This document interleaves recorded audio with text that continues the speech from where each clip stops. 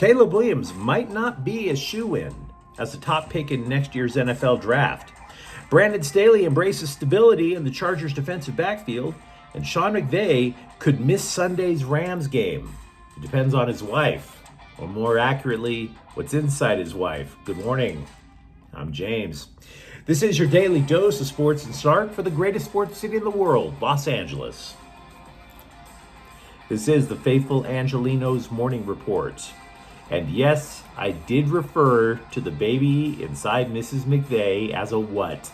My bad. It is October 14th, 2023. It is a lovely morning out in Salt Lake City. I'd love to show it to you, but the sun would just blast out everything in the camera, so kind of sucks for me. In the meantime, we'll talk a little LA sports. And if you like being in the know about LA, clickety-clack the like button. Clickety-clack the subscribe button. There's a notification bell. Hit that. It'll let you know we drop new content. Sharing is caring. Let people know we exist. And comment, because LA is a fun place to be for sports. So before we go through the news and notes, a look at the scoreboard. There were no games involving LA teams yesterday, but we have a pretty compelling list of action today. Starting with 10th ranked USC versus number 21 Notre Dame at 4:30. The battle for the Golden Shillelagh. I broke down USC's offense versus Notre Dame's defense last night on Friday Night Chalk Talk. Look for it on the USC playlist. Zachariah Branch, the electrifying freshman for USC, is a game-time decision. They haven't even disclosed the injury. Meanwhile, UCLA, the 18th ranked Bruins, are going up to Oregon State, the 15th ranked Beavers. That game is at 5. UCLA has not played in Corvallis since 2015. Barack Obama was president then. How many among us wouldn't mind getting in the Wayback Machine and getting out at around 2014, 2015, right? Even if you're the staunchest Republican, you kind of got to admit, those days look a lot brighter and sunnier than what we have now. Carolina's at the Kings at 7:30.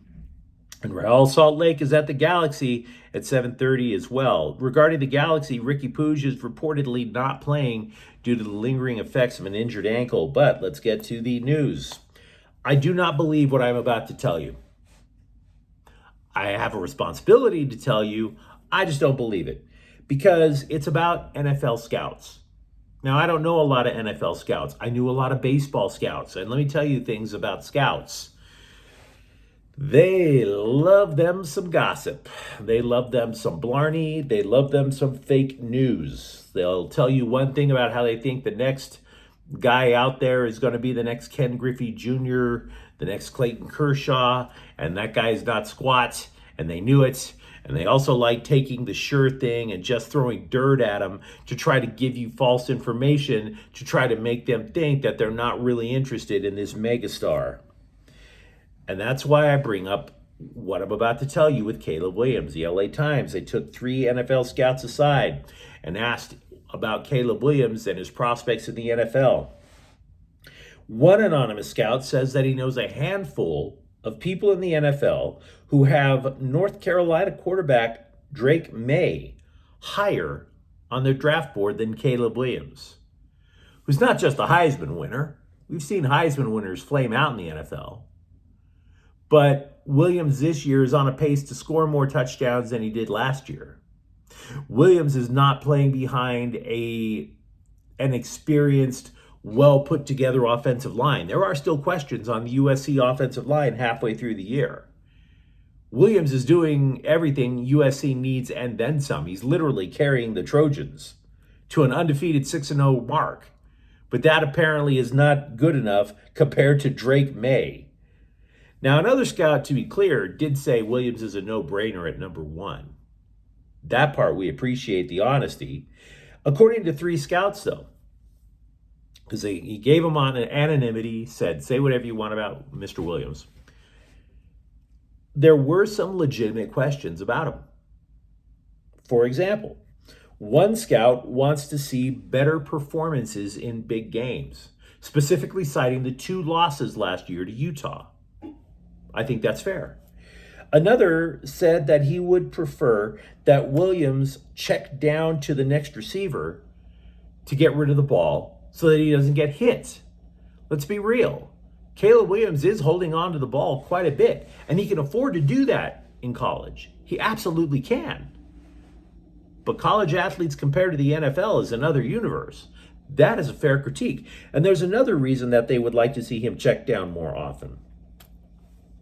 It's because the window, the open window to throw a ball to the receiver in the NFL is a lot smaller than it is in college.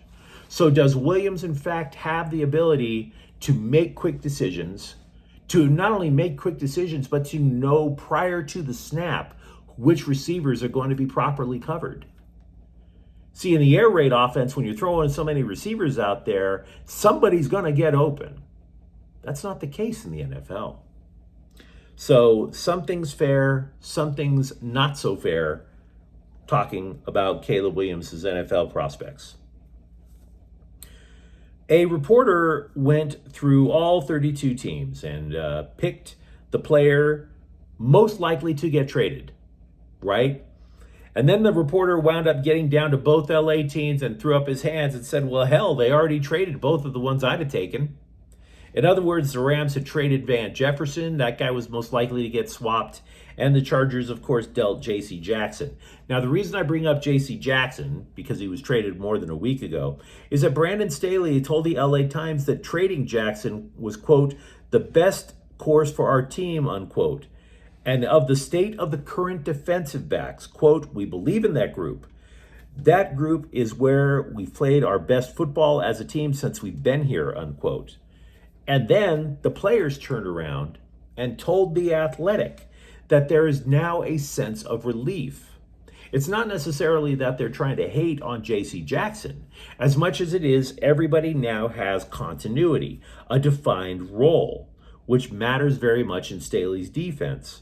So, by the way, in case you're wondering what is the actual Chargers defensive backfield, their 5-man defensive backfield has Asante Samuel and Michael Davis at the corners, Derwin James and Alohi Gilman at the safety, and Yasir Taylor playing the nickel or the star position in Staley's defensive scheme. So why does continuity matter for the Chargers back there? Well, we talked about it a few weeks ago on Friday Night Chalk Talk, the complexities of what Staley wants to have these people do. They mix a lot of coverages depending on the half of the field. One side plays cover 2, another plays cover 6. But it's what happens when somebody goes in motion. Well, you need to make a quick decision as to which side is cover 2 or which is cover 4, or somebody is going to be wide ass open. You have to have communication, both verbal and nonverbal. It's called pattern. It's a pattern match concept. So there are so many potential coverage changes just immediately prior to the snap that all 5 people need to know, sometimes without even telling each other. Continuity matters with that defense. So if you see an uptick in the Chargers in terms of pass defense, that could be why. Sean McVay's son could come firing out of his wife, quote, any day now, unquote, which means that the coach might miss Sunday's game against the Cardinals. McVay said he's been very fortunate. This is obviously he and his wife, Veronica's first child. Very fortunate in that his wife's pregnancy has gone smooth. We do not know, however, who would call the offensive plays in case this worst case scenario for the Rams plays out. So there's that. A CBSSports.com baseball columnist wrote a highly unintelligent argument about the baseball playoff format. If you take a look back, not just for the Dodgers, but 3 teams with 100 wins all got eliminated. That included the Braves and the Orioles. And so there are a lot of fans who are like sitting there going, wait a minute, is giving all these teams a week off, these elite teams a week off, is that really going to bring about the best baseball in October and November? You gave them a week off. You can't just say pick up a baseball bat, throw them out there against somebody who's pitching 100 miles an hour and say good luck, right? Why was this writer's argument terrible? It's because his argument was based on sometimes you just lose. That's not an argument, dude. It's not an argument. Oh, the stars didn't all play up to their star level. Why is that? Why is it all of a sudden that every star for every team face planted except for the ones who were playing in the week while the elite teams had the week off? Why did they face plant? Is it possible? Is it possible it was the week off? Now, I want you to understand something. I'm not arguing that the current baseball playoff formula has to change. I'm not saying that. I don't have enough data. But if a number of top seeds get eliminated again in the divisional series next year, yeah, that's a problem. It is a problem. Oh, they lost because they were flawed. This writer is a moron. No team is perfect. I would readily concede to you that the Dodgers had flaws. But because these teams have flaws, wouldn't it behoove you to give the least flawed teams a fighting chance to cover up their own flaws? Just asking. Also with the Dodgers, by the way, considering how many free agents that the Dodgers have, it is possible they could clear more than $100 million in payroll. In case you were wondering if they would have the flexibility to go after that Shohei Ohtani guy. Late Friday night, guard Trent Perry of Harvard Westlake High School committed to playing for USC basketball. He is the 42nd ranked prospect and the number 10 point guard in the country. This is according to ESPN. He is expected to replace Isaiah Collier in case Collier is one and done. You heard me. USC already had contingency plans in place to replace a guy who hasn't even played a minute for the Trojans yet. Collier apparently is so good that the Trojans are like, yeah, we know you haven't played yet. We just know you're going. By the way, as for Perry, he is the second commit to the Trojans basketball team for the class of 2024. The other is his teammate, shooting guard Liam Campbell, who is the number 76 rated guard player in the country, and he would be the heir apparent to Boogie Ellis's spot. So the Trojans apparently have already replaced their backfield, backcourt, even though the backcourt didn't need replacing just yet. Darvin Ham told Anscape, that is an ESPN website, that he, quote, worked Rob Pelinka, unquote, to land backup center Christian Wood. Quote, I didn't call him every day. It was every other day.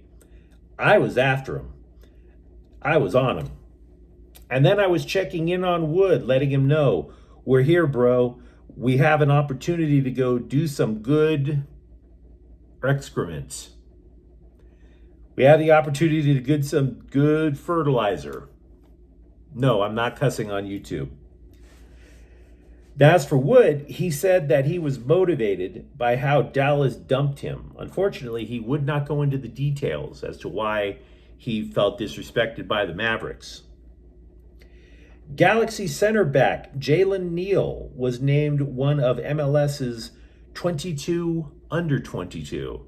In other words, the best 22. Yeah, you get the idea. Quote, a few of my under 20 national team teammates got that last year. I was like, I think once I get playing time, I'll be in there. Now, Neal started 14 of the Galaxy's first 16 matches this year. Odd thing about how the Galaxy were run, and I realize there's a lot of reasons that the Galaxy weren't exactly firing on all cylinders this year.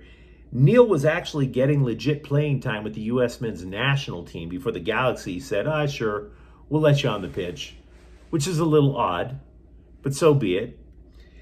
The Galaxy at least have one building block on the back line in the future. But you let me know what you think in the comments thread. Talk to me if you believe what you're hearing from the NFL scouts about Caleb Williams. Do you believe that the Chargers defense is now going to be smooth sailing from here into the future? And if you enjoyed this content, don't forget to subscribe to Faithful Angelenos, because we're talking LA sports every single day here. Thank you for watching. I'm James. We'll be back tomorrow. Faithful Angelenos is a Keon Corte El Queso production. Take care.